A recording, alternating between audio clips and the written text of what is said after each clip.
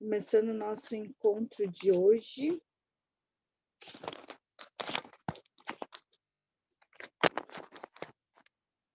Eu acho que a nossa combinação era iniciar no exercício 2, se eu não me engano.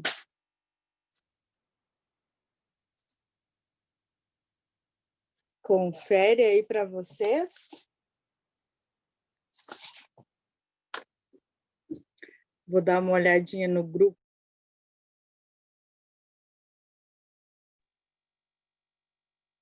E o exercício 2 que você passou, né?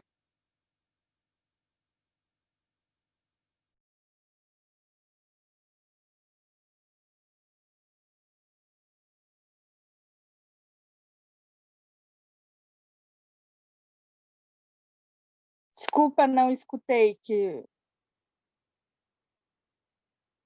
vocês falaram. Começar a partir do exercício 2 mesmo. Até Isso, o final, né? não é isso? Boa noite, Isso, gente. na página 57. Boa noite.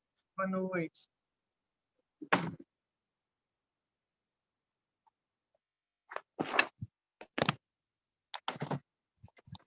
Boa noite. Boa noite. O celular tá. Boa noite. Aí fica despencando. Então, antes da gente começar ali na página 57, o exercício 2, vou convidar vocês para a gente fazer um exercíciozinho rapidinho para a gente aterrissar aqui nesse nosso encontro compassivo. Então, vamos encontrando aí uma postura mais confortável.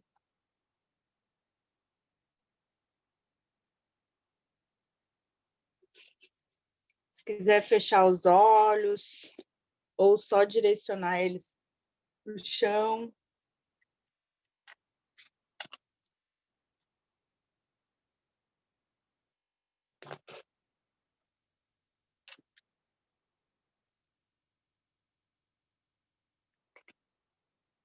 Começa a perceber agora se na tua volta tem algum cheiro específico, algum barulho,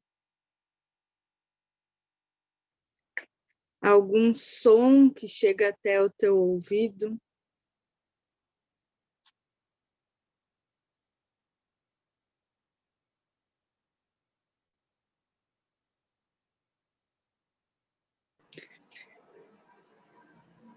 Eu te convido agora a levar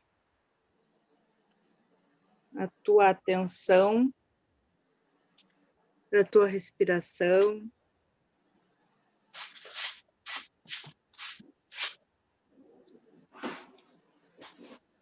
Percebe ela entrando, ela saindo.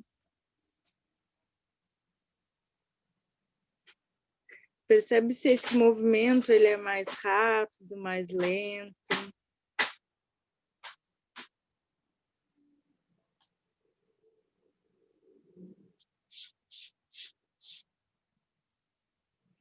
E vamos levar essa atenção para a barriga, para o movimento do sobe e desce da respiração.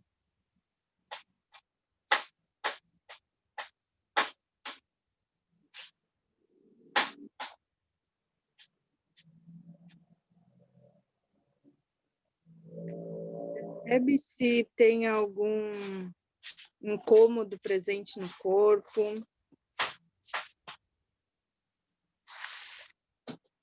Alguma outra sensação específica, algum sentimento que está mais perceptível.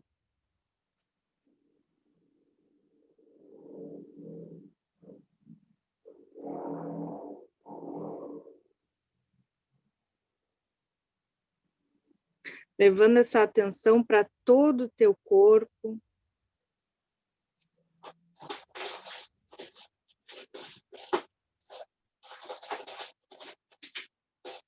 E agora eu te convido para levar essa atenção para o espaço à tua volta, onde tu está sentada, para o momento agora aqui presente. E finalizando essa aterrissagem, podendo abrir os olhos quando tu te sentir confortável.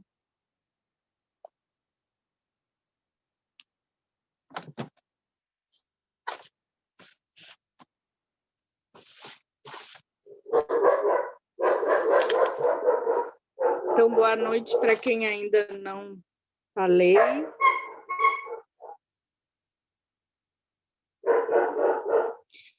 E a gente ficou de começar ali no exercício 2. Não sei se alguém chegou a ler, se chegou a fazer, se quer trazer essa percepção. Ou a gente pode... Oi? Alguém falou?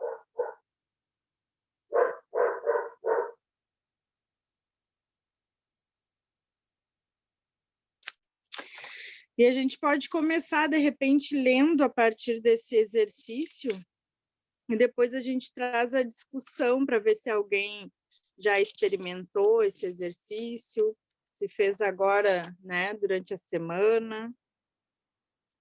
Vamos começando ali, então, ó, exercício 2.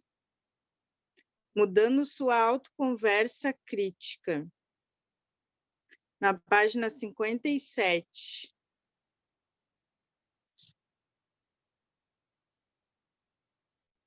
Este exercício deve ser feito ao longo de várias semanas. Trata-se de um projeto para alterar a forma como você se relaciona consigo mesmo, em longo prazo. Algumas pessoas acham que é útil trabalhar seu interior crítico escrevendo um diário. Outros ficam mais confortáveis com diálogos internos.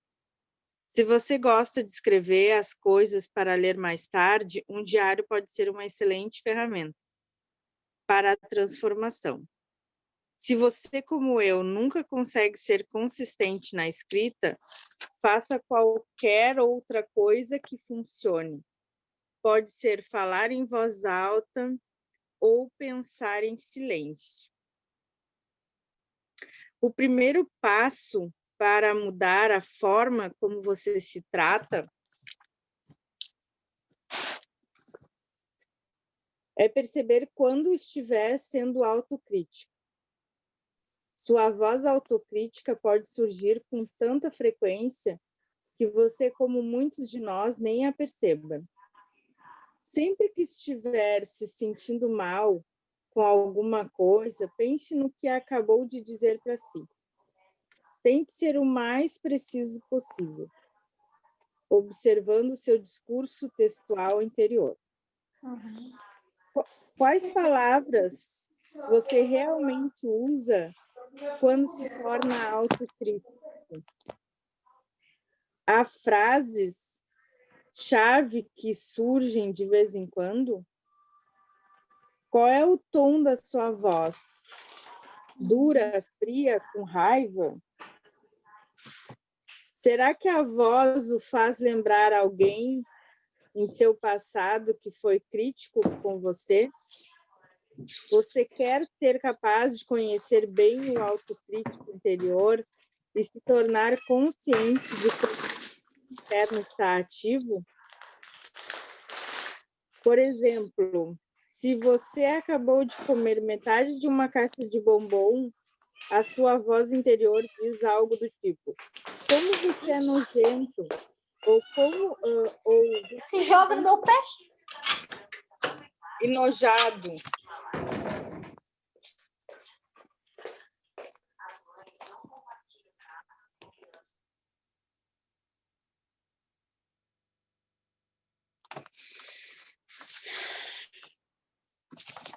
Tente ter uma noção realmente clara de como você diz a si mesmo. Eu, particularmente, eu gosto muito de escrever, né? E, às vezes, escrever até no próprio livro, se não num caderno, né? Quem já passou pelo curso, né? A gente tem o caderninho. E o meu caderno é o mesmo, sabe? Desde que eu fiz lá o meu intensivo. E eu acho que é bem importante, assim, a gente ter essa noção do que ela está trazendo aqui, né? Escrever quais as palavras você realmente usa quando se torna autocrítico, né? Não sei se alguma de vocês quer trazer sua experiência, né? Se já fez isso. Se há frases, né? Igual como ela dá o exemplo de quando come uma caixa de bombom, né? Ou o tom da voz. Mas eu acho que as palavras assim são mais fáceis, né, de ser reconhecidas. Pelo menos é uma percepção minha, né? Não sei se alguém quer falar alguma coisa sobre isso. Eu posso falar. Eu estava pensando aqui, eu não consigo fazer muito bem uma frase, lembrar uma frase completa, vamos ver. Mas eu sei como elas começam, e elas sempre começam, eu não acredito que tal coisa está acontecendo. Eu não acredito que tu fez isso. É sempre botando num lugar onde dá uma certa... É ruim, né? Porque aquilo aconteceu, e dizer que não acredita, a pessoa fica meio maluca, né? Porque o fato é que aconteceu. Uma não aceitação. Então tem sempre esse chicote bem duro, assim, de eu não acredito que tu fez isso, eu não acredito que isso está acontecendo. Como é que tu não fez diferente? Como é que tu não pensou diferente? Como é que tu deixou isso acontecer?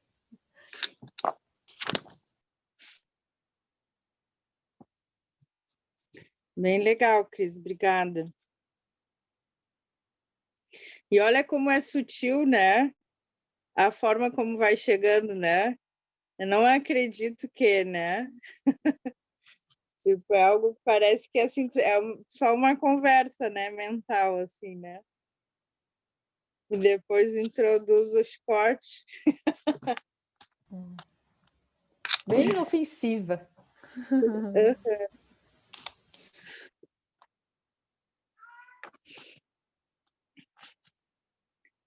Oi, Fer, eu não estou passando o texto, não sei se tu quer colocar ele.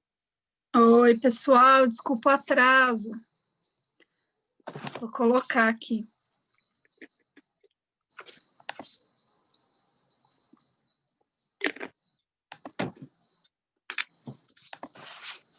Tá bem ali onde o número 2, do exercício 2.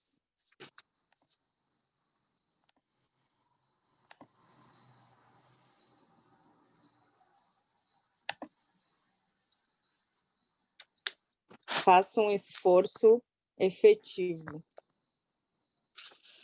Ô, Cris, mas ouvindo o que você falou, me lembrou muita coisa da resistência, né, que a gente estuda em Mindfulness, que a resistência é a gente querer que a nossa experiência do momento presente seja diferente do que é, né?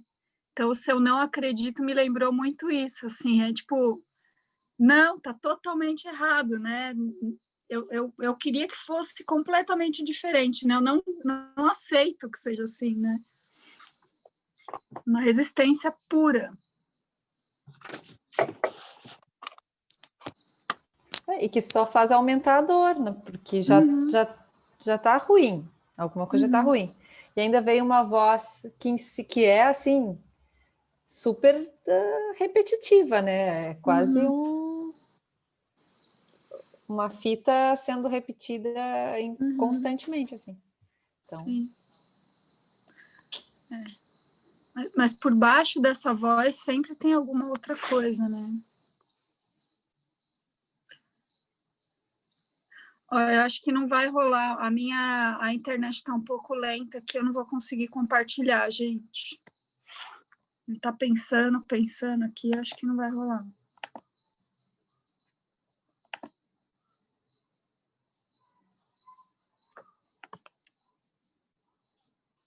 Ai!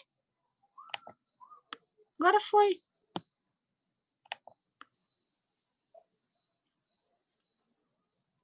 Eu queria tirar uma dúvida.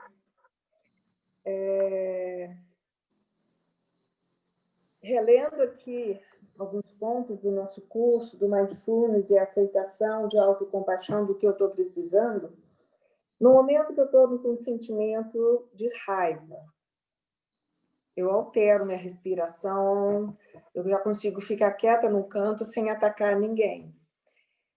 Mas, se eu tento meditar mindfulness, se eu tento colocar tudo aquilo, outras coisas em práticas, eu fico na tentativa, eu não dou conta. Aquela voz interna de raiva fica. Aí, o que eu fiz? Eu falei, bom, eu estou precisando de uma outra âncora, já que eu não estou conseguindo concentrar nem na respiração, e etc, etc. Aí eu comecei a assistir umas lives de mindfulness. Aí eu consegui relaxar. Essa âncora é uma âncora realmente ou é assim uma válvula de escape? Até onde eu estou aceitando a situação, o momento presente, e até onde essa válvula de escape é o que eu estou precisando, então também é uma forma de aceitação. Eu me fiz entender?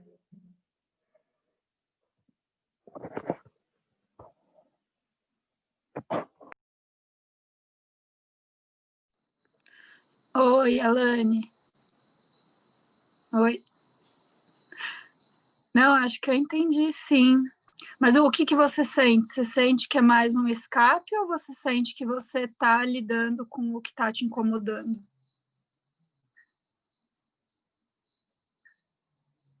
Tá no mudo. Eu sinto uma necessidade de buscar um conforto.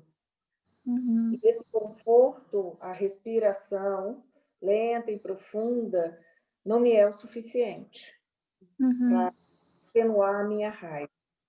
Uhum. É tipo assim, a raiva eu não vou negar, eu vou aceitar a raiva. Só que se eu aceitar a raiva, eu corro o risco dela me dominar. Uhum.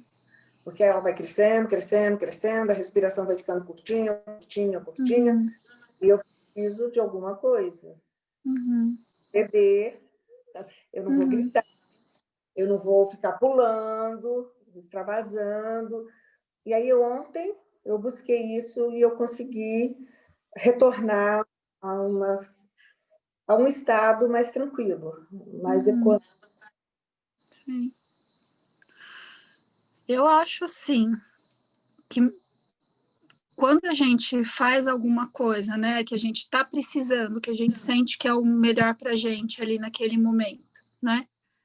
Por mais que pode até ser que seja uma válvula de escape, que seja uma resistência, mas se for o que eu estou precisando e eu estiver consciente disso, isso é mindfulness, né? Então pode ser que eu esteja usando mesmo uma válvula de escape, que eu esteja só evitando, porque aquela raiva ainda tá muito grande, eu não consigo lidar com ela, né? Mas se eu faço isso de uma maneira consciente, eu entendo o que está acontecendo, eu sei que eu preciso disso aqui agora para eu me acalmar, porque eu não vou conseguir olhar para essa raiva. Entende? Isso não tem como não ser mindfulness. A palavra-chave é consciência.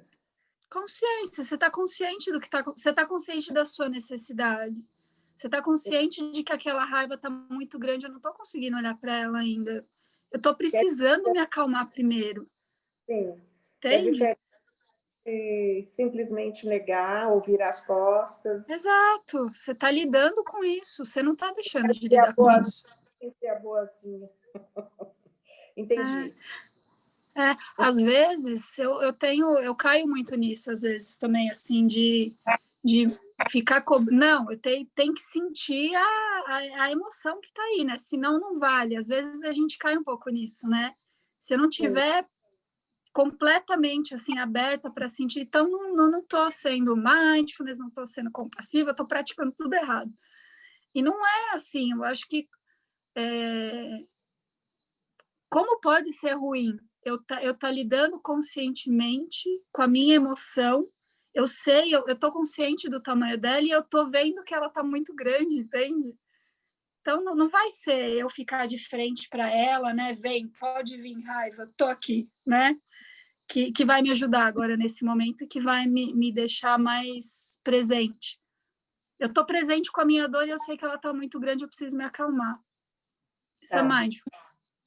É o mesmo que aceitar a vulnerabilidade. Porque É.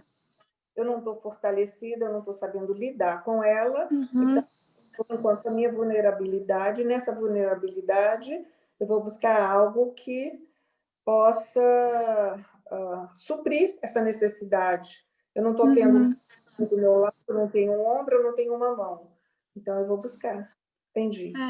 Mesmo jeito, eu estou buscando lá fora, mas o que eu estou buscando lá fora? Eu acho que a palavra-chave é como eu estou buscando, aí é uma prática de mindfulness, porque eu estou pondo isso. Tá. Eu acho que sim. Eu acho que só que a gente não pode perder de vista que a gente tem algo aí que a gente precisa olhar, né?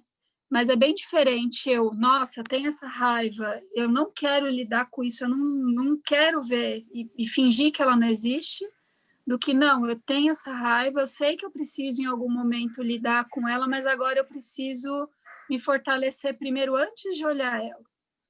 Eu não estou perdendo de vista o que eu tenho ali. Eu estou consciente, né? Eu não estou negando que existe a raiva, eu não estou fingindo que ela não existe. É uma relação completamente diferente. Entendi. Com as nossas emoções. Uhum. Beleza? E aí, o exercício com essa prática, com esse olhar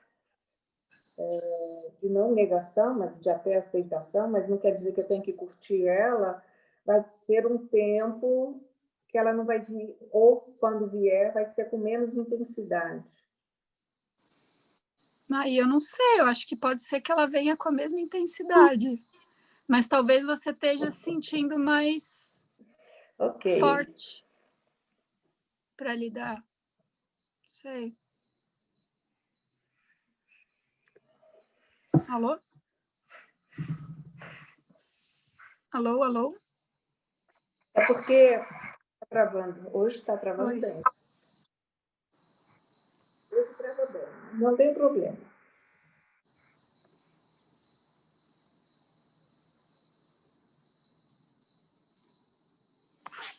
A gente segue? Vamos.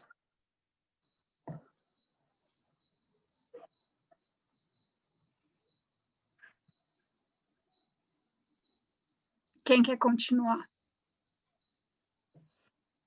Número 2. Faça um Acho que esforço. sim. Isso? É isso, Aline? Oi? É o número 2? Isso. Eu estava lendo, mas é que a internet está... De todo mundo. Não está ajudando aqui, está travando. Já caí, já voltei. Isso no número 2 ali. Eu posso Faça ler. um esforço. Pode ler, então, pode ler. Faça um esforço efetivo para suavizar a voz autocrítica. Deve fazê-lo com compaixão e não com autojulgamento. Ou seja, não diga você é uma megera para o seu interior crítico. Diga algo como: eu sei que você está tentando me manter seguro e apontar caminhos que preciso melhorar, mas suas críticas duras e seu julgamento não estão ajudando em nada. Por favor, pare de ser tão crítico, você está me causando dor sem necessidade. Reformule as observações feitas pelo seu interior crítico de uma forma gentil, amigável e positiva. Se estiver tendo problemas para pensar nas palavras que deverá usar, imagine o que um amigo muito compassivo diria a você nessa situação.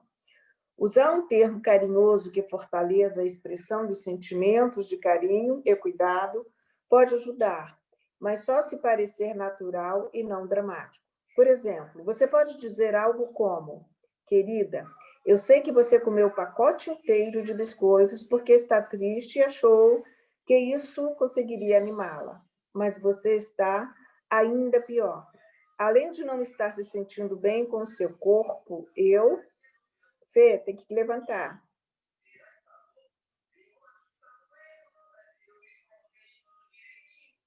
Eu quero que você seja feliz. Então, por que não vai dar uma caminhada bem longa para melhorar? Ao realizar essa autoconversa de apoio, tente acariciar gentilmente seu braço ou colocar com ternura seu rosto entre suas mãos, desde que ninguém esteja olhando. Se você estiver tendo problemas para evocar emoções de bondade no início, os gestos físicos de conforto podem aliviar o seu sistema de prestação de cuidados, liberando a ocitocina, que vai ajudar a alterar a sua bioquímica. O importante é que você comece a agir com bondade e os sentimentos de conforto e carinho verdadeiros acabarão por surgir. Continua? Como que vocês enxergam esse exercício, hein? Vocês chegaram a fazer? Não sei se vocês falaram disso antes. Sim. Aliás, eu não fiz, eu tenho feito.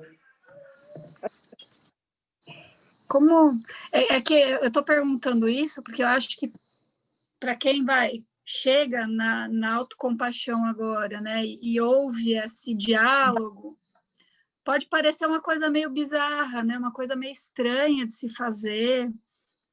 Queria ouvir assim um pouco, né, como que ressoa isso para vocês? Ou, né, que nem a Alane falou que está fazendo, como é que está sendo? Para mim tem sido ótimo, porque às vezes eu pensei que eu estava no automático, mas na verdade eu não estou. Só estou lendo, eu estou estudando bastante mindfulness. Alguma referência eu já acesso, já vou comprando, já vou lendo e tal. E quando eu me vejo estudando, eu vou me deparando com algumas histórias da minha vida, né? As dores da minha alma, eu me pego fazendo carinho aqui, perto do coração. E vou fazendo, e vou fazendo. E é muito, muito agradável a sensação. E aí eu sinto que a respiração vai fluindo com o movimento e a leitura eu vou introjetando. Porque logo no início, a primeira vez que eu fiz o curso de Mindfulness, eu meio que estava assim, uma sargenta me cobrando. Bora, bora, bora, anda! Ih, já lá vem de novo. Agora não, agora eu já estou mais suave. Tipo do chocolate aí, que ela deu o exemplo. Tá bom, você come o chocolate todo, respira, vai caminhar, vai fazer uma outra coisa. Eu acho que foi isso que eu fiz ontem. Eu não comi chocolate, não. Mas eu engoli a raiva que eu estava. Tá bom, tá bom. É ele, não sou eu. Uhum. O que depende de mim, vamos fazer com calma. Tá bom, tá bom. Eu acho que é por aí. Legal, Alane. A Ana escreveu aqui no chat falando o que faz quando não tem a voz, né? Você quer falar um pouquinho, Ana? Como é que é para você essa experiência da autocrítica? Ou não? Se não quiser falar também não precisa. Não, eu falo. Eu fiz o exercício e para mim me soa muito estranho quando tem uma voz, assim, que ela começa, que tem uma voz. Ah, você é uma megera. Eu nunca mentalmente diria uma coisa dessas, tá? Eu tenho muito mais uma sensação de um silêncio e de um olhar daqui a pouco de incapacidade, de desprezo, alguma coisa nesse sentido. Não uma voz que venha dizer, sabe? Isso me soa muito agressivo e eu com certeza não faço isso.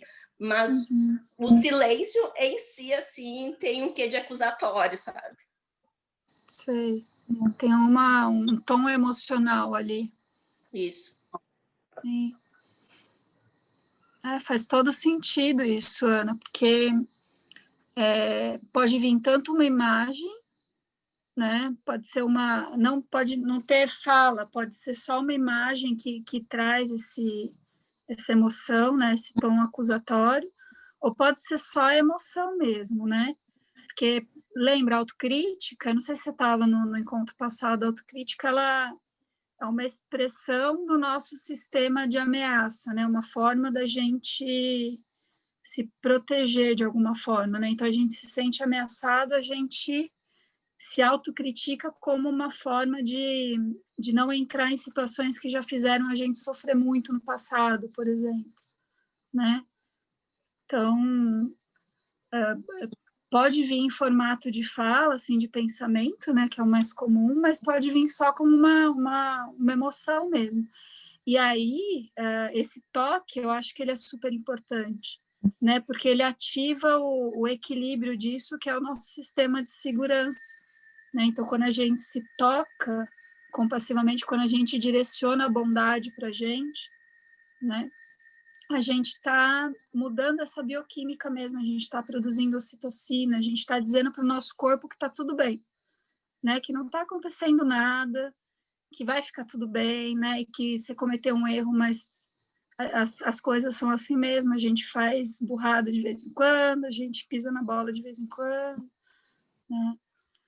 Então, o tom emocional, porque é isso, assim, às vezes a gente pode se dizer, né, que nem essas frases que ela sugere aqui, não, fica tranquila, né? Eu entendo que você, tarará, mas às vezes a gente fala isso para a gente com um tom emocional de crítica, né? A gente está falando essas palavras bonitinhas assim para a gente, mas a gente tem um tom emocional de agressividade, então dá na mesma, né? O que importa é o tom emocional, no fim das contas. Né? O que importa é essa sensação. Então, se você tem a sensação de autocrítica, a sensação né, dessa pressão, dessa sensação de incompetência, essa autocrítica está aí. Né? É a forma como ela se expressa, né, para você. Faz sentido? Nossa, faz sentido. Obrigada. Imagina. Você quer falar alguma coisa, Aline?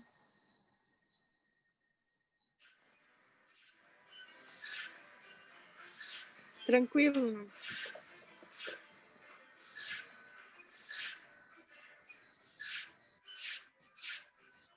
A gente continua?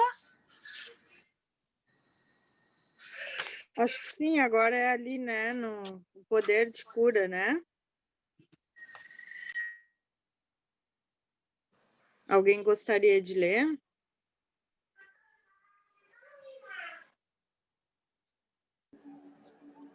Eu posso continuar.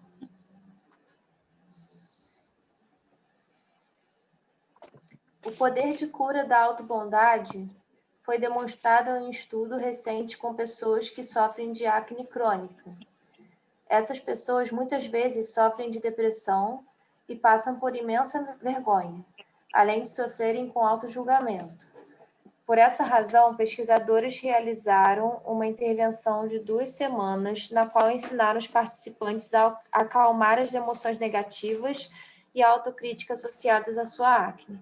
Por exemplo, foi dito a eles: há um crítico interno em cada um de nós que pode nos dizer coisas mais negativas de forma hostil. Temos também um calmante interior, uma parte compassiva com a capacidade de nos acalmar, dizendo coisas aceitáveis de forma calorosa e sensível. Foi dada aos participantes, então, uma série de exercícios destinados a ajudá-los a se auto-acalmar.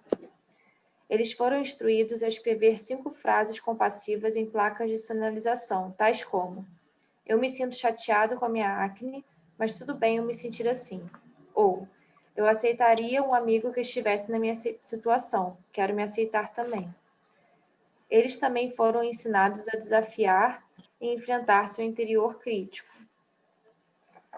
Foram convidados a escrever 5 frases adicionais em placas de sinalização, tais como: não é verdade que as pessoas vão me rejeitar só porque eu tenho acne. E eu tenho força interior para lutar contra a minha aflição e contra o meu hábito de criar aflições. Os participantes foram instruídos a ler as placas de sinalização 3 vezes por dia ao longo das 2 semanas, além de fazer outros exercícios, como escrever uma carta compassiva para si. Verificou-se que a intervenção diminuiu significativamente os sentimentos de depressão e vergonha por causa da acne. E o mais interessante, também diminuiu o grau de incômodo físico da acne, amenizando as sensações de queimação e ardência. Quando confrontados com a nossa imperfeição humana, podemos responder tanto com gentileza e cuidado, quanto com julgamento e crítica. Uma pergunta importante a fazer é: quais são as qualidades de coração e mente que queremos incentivar em nós mesmos? Nós não conseguimos interromper os nossos pensamentos julgadores, mas não precisamos incentivá-los nem acreditar neles. Se mantivermos o nosso auto-julgamento com gentileza e compreensão, a força do autodesprezo acabará por desaparecer e murchar, privado do sustento necessário para sobreviver. Temos o poder de viver com alegria e contentamento, respondendo ao nosso sofrimento com bondade.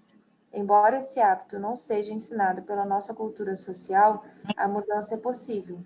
Sei disso por experiência própria. Para continuar? Minha história. Errar é humano. Como mencionei no início desse livro, aprendi sobre autocompaixão no grupo de meditação budista, ao qual me incorporei durante o último ano da pós-graduação. A principal razão para entrar no grupo foi porque eu estava me afogando em sentimentos de vergonha, culpa e indignidade. Eu procurava desesperadamente alguma paz interior. Isso aconteceu apenas alguns meses antes de Rupert e eu decidirmos nos casar, quando eu ainda sofria com a bagunça que eu tinha feito na minha vida pessoal alguns anos antes. Sabe, eu tinha sido casada antes com um homem chamado John. Esse não é seu nome verdadeiro.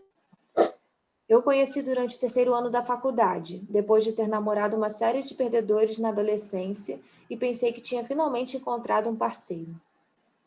John era bonito, inteligente e culto. Também era extremamente crítico.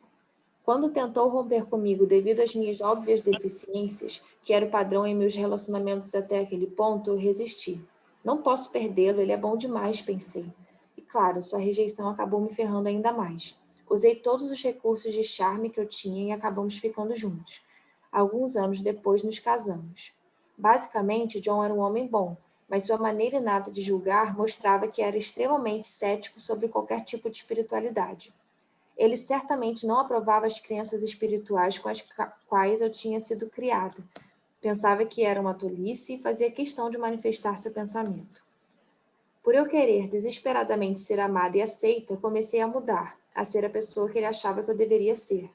Comecei a me tornar cética também, desistindo do que provavelmente tinha sido o aspecto mais importante da minha vida até aquele ponto, meu relacionamento com Deus ou com a consciência universal, como muitas vezes pensei. Para ser justa, no entanto, alguma parte de mim já estava começando a questionar os conceitos de reencarnação, de karma e de luz, nos quais eu tinha tanta fé no período da minha infância New Age. Quem poderia comprovar a veracidade dessas ideias? Não seria simplesmente um pensamento ansioso? Uma ficção científica para nos tranquilizar? A natureza cética de John foi o trampolim perfeito para a minha crise de fé, e eu mergulhei de cabeça. Pouco depois de iniciar nosso relacionamento, larguei todas as buscas espirituais e me inscrevi na escola de pós-graduação em Berkeley para me tornar uma psicóloga pesquisadora. A racionalidade se tornou o meu novo Deus. Esse período durou cerca de 7 anos. O que eu não percebia, claro, foi com que força que meu coração se fechou quando tranquei a porta para a espiritualidade. Minha mente racional, por si só, não era suficiente para me fazer feliz, mas eu não sabia disso. Eu tampouco estava feliz no meu casamento, mas como era um relacionamento estável e sem qualquer problema óbvio, a minha insatisfação permaneceu em grande parte inconsciente. Nunca tinha experimentado como era ser realmente vista, querida e amada pelo homem com quem eu estava. Então presumi que ter alguém que não me deixasse já era bom demais. A situação se manteve até eu conhecer alguém que compreendesse e apreciasse meu verdadeiro eu. Era um homem mais velho, mais sábio e mais experiente do que eu. Vamos chamá-lo de Peter. Depois de uma amizade que ficou cada vez mais estreita ao longo de 1 ano, Peter e eu começamos a ter um caso. Eu conseguia dizer coisas a ele que eu nunca tinha me sentido segura para dizer a ninguém, e isso me fez amá-lo ainda mais. De certa forma, eu estava mais feliz com Peter do que jamais estive na minha vida. Meu coração se abriu e senti alegria e vivacidade, uma autoaceitação mais intensa do que eu jamais imaginei ser possível. Meu lado espiritual foi despertado novamente e sentia-me inteira e completa pela primeira vez em muito tempo. O fato de Peter ser muito mais velho do que eu também foi parte do jogo, sem dúvida. Seu desejo por mim foi provavelmente o substituto para o sentimento de rejeição pelo meu pai.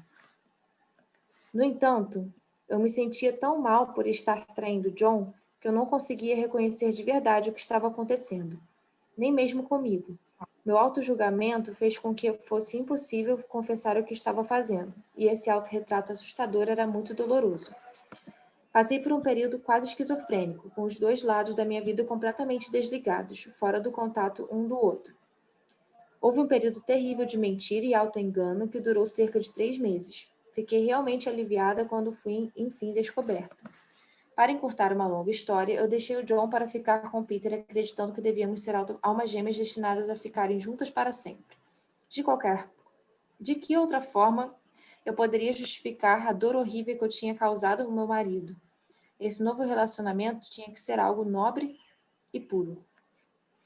Peter, no entanto, não deixou sua esposa por mim. Afundei-me como nunca antes na minha vida.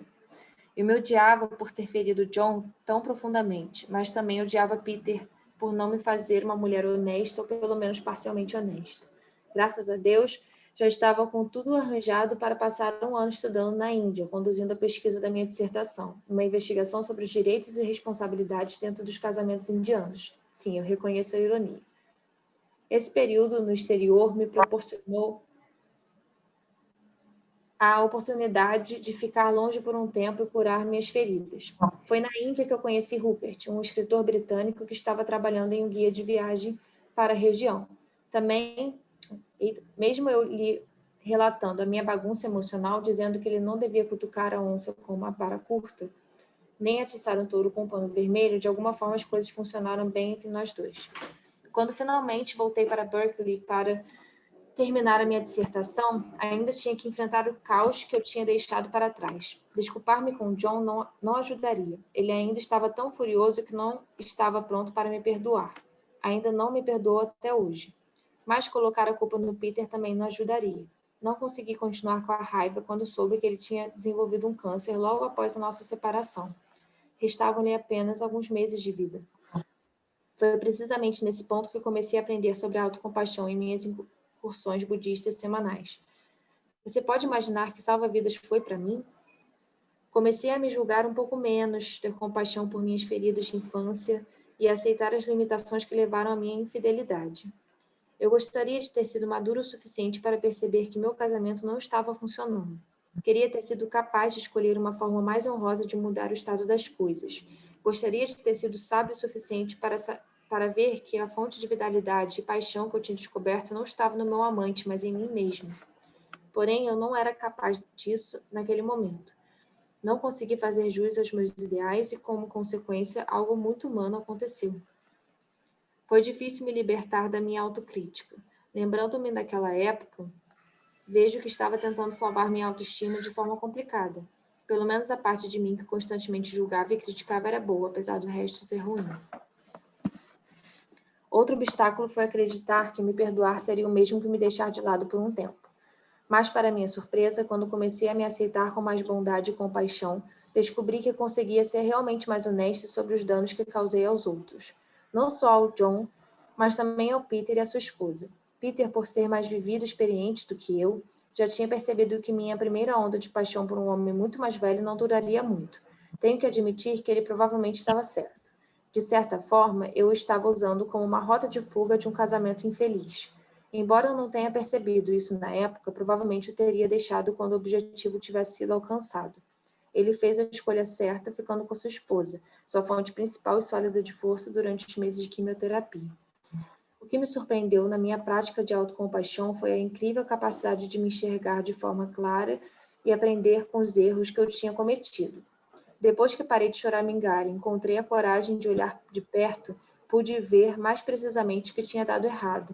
Com a bênção do meu noivo, Rupert, fiz longos e tranquilos passeios nas montanhas com Peter e conseguimos encontrar a compreensão mútua. A urgência de nossas discussões foi intensificada por sua morte iminente. Consegui entender por que tinha feito as minhas escolhas e por que Peter tinha feito as suas. Não era bonito, mas era como a vida tinha se desdobrado. Depois que Peter faleceu, pude finalmente me livrar da minha vergonha e do meu julgamento. Vi que o ataque implacável à minha fraqueza e imaturidade era um completo desperdício de tempo e não estava ajudando nem a mim nem a qualquer outra pessoa. Percebi que com bondade e compreensão por mim mesmo, eu poderia começar a me curar. Esse novo local de calor interno, paz e estabilidade emocional não só me trouxe uma grande felicidade, mas também permitiu que eu me entregasse mais ao meu relacionamento com o Rupert. Alguém quer comentar alguma coisa?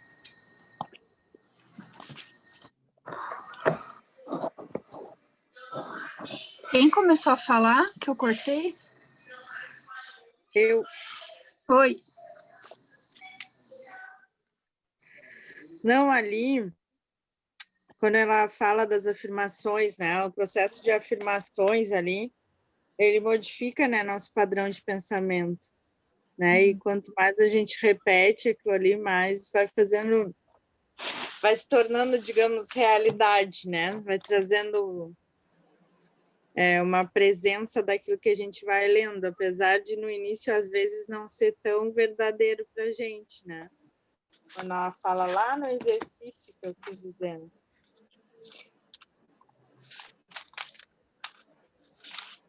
Sim.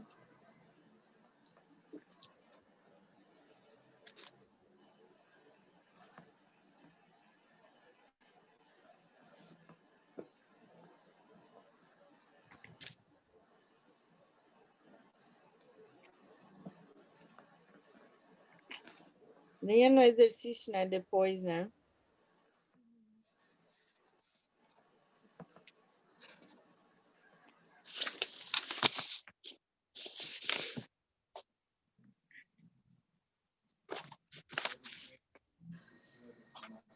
Como é que é para vocês, assim, ouvir um pouco da história dela, do que a autocompaixão trouxe para ela? Como é que ressoa para vocês? Eu gosto da parte que ela fala, eu fiz algo muito... não consegui fazer jus aos meus ideais, e como consequência, algo muito humano aconteceu. Eu gosto da maneira como ela coloca, né?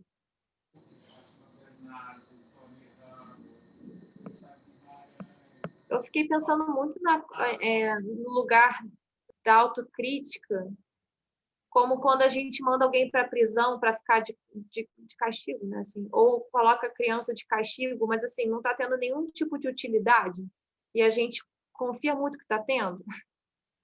Porque assim, não está tendo utilidade para a sociedade, não está tendo utilidade para a pessoa. Assim, é uma sensação de que você está fazendo algo que é certo. Moralmente falando, o autocrítico está certo. Mas, né, entre aspas. Mas, assim, em termos de utilidade, de eficácia, não tem nenhuma. E isso é um pouco frustrante. Eu acho que até você compreender isso também é quase que uma pegadinha também, né? Porque aí acaba que você é autocrítico com o seu próprio autocrítico. Porque, tipo, você sendo inútil na minha vida, sabe? Mas, enfim, não sei, agora que eu não sei porque que eu fiquei com essa ideia quando eu acabei de ler, eu pensei nessa ideia assim, meio que de prisão mesmo, assim. Não sei por quê. Fiquei com uma ideia como se mandasse alguém para a prisão, sabe? Porque é uma coisa de moralidade, né? Eu acho, Mariana, que essa questão da prisão tem a ver com os nossos pensamentos, né? Me veio uma ideia assim que, por vezes, a gente pensa tanto, que a gente confunde, é uma fusão, pensamento sou eu. É interessante se a gente puder, numa metacognição, obter a defusão do pensamento. Como assim? Que defusão é essa? Separar, é igual assim, eu estou aqui sentada, eu estou vendo um filme na tela. O que está passando é um pensamento, eu estou fora. E ela colocou bem para a gente, sem romancear, que o mindfulness é caminhar nas pedras mesmo. É caminhar na pedra que a gente vai conseguindo se fortalecer. E eu estou vendo isso com a minha própria experiência. Não sei, para mim, assim, ouvir a experiência dela, né? É uma encarnação, né, disso que ela está explicando teoricamente. Ela diz, tá, mas e isso como é que é na vida real? Como é que foi para mim, né? Para mim me traz uma coisa muito como como que é a nossa capacidade de autocura, né?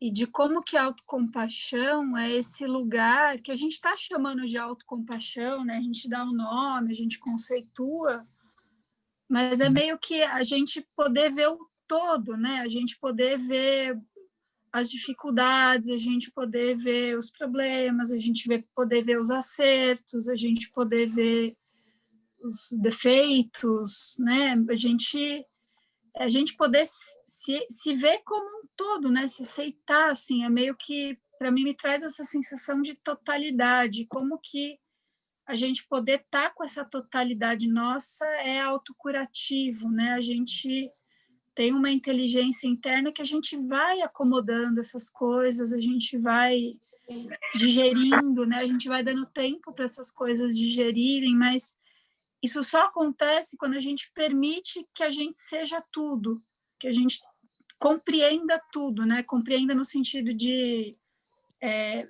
conter, né? Que a gente permite que tudo esteja ali, né? O bom e o mal, o que a gente gosta e o que não gosta. E como isso tem um poder natural de cura, né? Como se permitisse a digestão, assim, né? E a gente, com a resistência, com a autocrítica, como se a gente estivesse tentando excluir, fingir que algumas partes não existem, e isso impede elas de se curarem, sabe? Ô, Fê, Oi. nisso que tu fala, assim, de ficar com o todo, eu acho, às vezes, as palavras no livro e no texto, elas, para mim, não dizem muito, assim. Na hora, sim, e às vezes dizem muito e às vezes não, mas numa dor intensa, misturada com uma ansiedade, aquela hora de ficar, é que eu, no momento, estou experimentando isso, né? Assim, bem intensa e com tempo, porque agora, atualizando o grupo, depois que eu perdi o prazo, então eu fui demitida. Estamos com essa situação, assim. Então, é um momento total para... Eu até, quando ela fala, assim, de relacionamento amoroso, que eu já sofri pra caramba, eu olho assim, mas isso nem é dor. Né? Parece que aquilo Agora, que passou... Mas, isso nem... Claro, é horrível. Eu sei que não tem como desmerecer, porque... Mas, então, é que daí tem essa ideia e esse entendimento racional de que sim, se eu ficar com aquilo vai passar, mas na hora parece que não vai, é horrível. é horrível, E aí eu tenho que respirar milhões de vezes e de novo, vamos lá. E aí, como também para mim foi um alívio, porque eu queria aprofundar um pouco de uma prática que eu estou fazendo, eu no primeiro momento achei, agora eu vou praticar. Enfim, meditar, que é a minha prática, para quem aqui não sabe, que eu queria aprofundar com o meu tutor, ele deu pulos de alegria, assim. E eu pensei que ia ser super bom, só que quando eu paro, não tá dando. Como é que tá sendo para você? Como é que tá sendo? Tá sendo de muita ansiedade, porque vem tudo o que eu, assim, eu não tenho uma questão financeira me apertando agora, muito pelo contrário. Mas, ao mesmo tempo, aquilo que eu perdi, que eu estava num lugar onde eu tinha um ganho bom, assim, né, que se eu continuasse eu poderia ganhar mais, isso fica vindo na minha cabeça, isso não tem a menor importância, considerando que eu vou transformar minha mente. Mas não adianta, transformar a mente agora é nada também. Transformar a mente não tem a menor importância, eu queria era todo aquele dinheiro que eu perdi. Sim. E aí todo mundo está trabalhando, menos eu, enfim. Estou abrindo meu coração aqui, gente. Já é a segunda vez. Agora eu sou estudo de caso. Mas super compreensível, né, Cris? Super compreensível que você esteja se sentindo ansiosa. Nome, tá, Cris? E é um... Estudo de caso, só muda o nome. Estudo de caso, estudo de caso, Alane. Bem-vinda. O mesmo barco. mas é assim mesmo, né? As ondas de dificuldades e de problemas, eles vêm, e a gente está muito acostumado, né, a reagir de uma determinada maneira. Que nem você falou, né, Cris? Enfim, tô aqui divagando também, né? Você contou um pouquinho, assim, do que você está sentindo, de como é que está sendo isso para você. Mas de como tá acostumado, né, a vir esses pensamentos, tipo, mas e o dinheiro que eu ia ganhar? E aí você pensa, bom, mas não é nem o que eu quero, né? Não é nem a minha prioridade agora. Não faz sentido para mim isso agora, mas é meio que quase como um hábito, né? Que vem sozinho, né? A própria opção de não sair buscar alguma coisa agora já pensando bem, não, mas tu decidiu que tu ia ficar parada por um tempinho. Não, tem que olhar. Daí vem uma onda de ansiedade. Aí quando ela escreve tudo aquilo, dá um alíviozinho assim por 5 minutos. Volta. Nossa, mas que puta prática, hein, Cris? Tá. Que puta oportunidade de praticar e de viver tudo isso. Tá forte. Né? Haja vídeo do Lama. A Lani, inclusive, queria te dizer que a tua pergunta foi ótima. Porque quando tu falou que ficou ouvindo os vídeos, eu tô assim com o Lama. Qual é do Lama? Lama é minha... Eu fico ali achando que eu tô muito mais fazendo uma coisa de fuga do que... Mas não importa, eu tô ouvindo o Lama, então eu sigo. Tá, a gente vai praticando da forma que é possível, né? Não tem outro jeito, né, gente? A gente fica também se debatendo, tentando achar que a gente tem que praticar de outro jeito, tem que fazer. É bom essa reflexão, né? É saudável a gente ficar se perguntando se a gente está no caminho certo. Mas a gente só vai fazer o que a gente consegue fazer, assim, né? A gente sempre acha que a gente tem que fazer alguma coisa diferente, né? Mas é isso aí. E você só vai aproveitar o que você conseguir fazer, no fim das contas. Você pode querer que, sei lá, você lide com essa situação de uma maneira equilibrada, mindful, e que você venha a ansiedade, que eu não precise ser derrubada por ela e tal. Mas a gente consegue lidar da forma como a gente consegue, assim, né? Ficar brigando com isso também é mais um nível de ansiedade, né? A gente tem muita dificuldade de aceitar o sofrimento, né, gente? De aceitar que as coisas... Eu lembro sempre no começo do livro, quando ela fala onde que está o contrato que a gente assinou, né? Que tudo ia ser bom e que não ia ter problema. Acho que não é à toa, né? Que é a primeira nobre verdade do Buda, né? Existe o sofrimento. A gente fala, tá, é óbvio, tá, mas a gente não aceita, não é óbvio. Precisa ser dito, escrito, estudado. A gente não... A gente acha que vai escapar, né? Que vai ter um jeito. Existe sofrimento para os outros, não para a gente. Para mim... Né? Mas que bom, Cris, que você está praticando. Que maravilha, que ótima.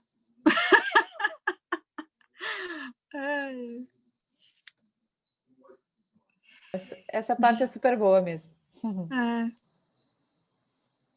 Gente, são 7h05. Vamos encerrando? Alguém quer falar mais alguma coisa? Não? Aline? Eu quero agradecer a participação de cada um, até da leitura e até mesmo do silêncio, pelo adubo. Adubo na minha vida. Que linda. Obrigada a você, Alane. A gente vai... Eu quero só agradecer a Mari, né? Porque ela leu um pedação, né? Começou ali, não parou mais. Quero agradecer. E agradecer a Alane também, que leu, né? Mas a Mari engatou uma ali, não parou mais. A gente está cultivando um campo de intenção, né? Assim, de que a gente seja mais compassiva, que a gente seja nossas melhores amigas, né? Então, esses encontros, eles são muito preciosos, né? Que nem você falou, Anne, adubo, né? A gente vai adubando, assim, a gente vê outras carinhas, vê que tem mais gente nessa com a gente vai trocando nossas experiências, vendo que é todo mundo igual, é diferente, mas igual, né? E aí a gente vai caminhando. Beleza? Então tá bom, gente. Muito obrigada, viu? Pela presença de cada uma. E aí a gente se vê semana que vem.